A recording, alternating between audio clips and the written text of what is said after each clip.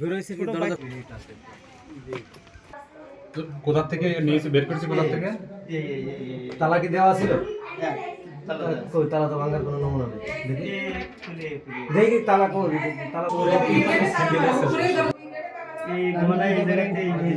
আমার 2টা চেন গেছে আর 3টা 4টা আংটি গেছে 4টা। আচ্ছা, ওর আপুর একটা, আমার একটা, ছেলে 2টো। আনুমানিক কত ভরি হবে? এই যে চেন তো 1 ভরি একটা, আমার ছেলের 8 আনা, ওর আম্মুর 8 আনা, আমার আংটি হলো 4-5 আনা, ছেলের ওরকম 2 আনা। নগদ টাকা পয়সা 30,000 টাকা নিয়ে গেছে।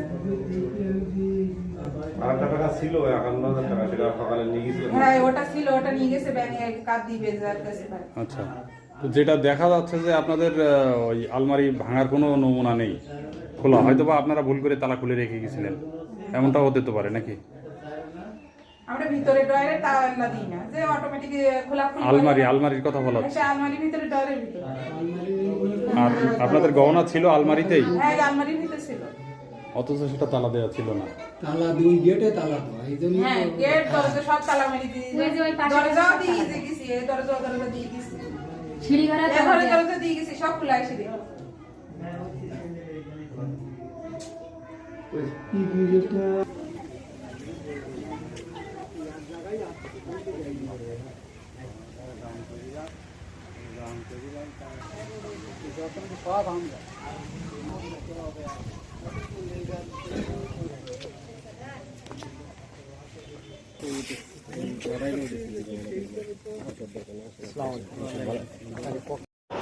আমি এবং আমার ওয়াইফ এবং আমার ছেলে সকাল 7:30টার সময় স্কুলে নিয়ে আসি।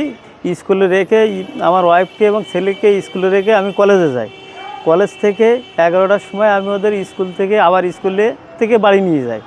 বাড়ি নিয়ে যাওয়ার পরে বাড়ি গিয়ে দেখি পিছনের জানালার গ্রিল কেটে ওখান থেকে উঠে আমার আলমারি থেকে 3 ভরি 4 আনা মতন সোনার অলংকার, যাতে ছিল 2টা চেন, 4টা আংটি আর নগদ 30,000 টাকা নিয়ে চলে যায়।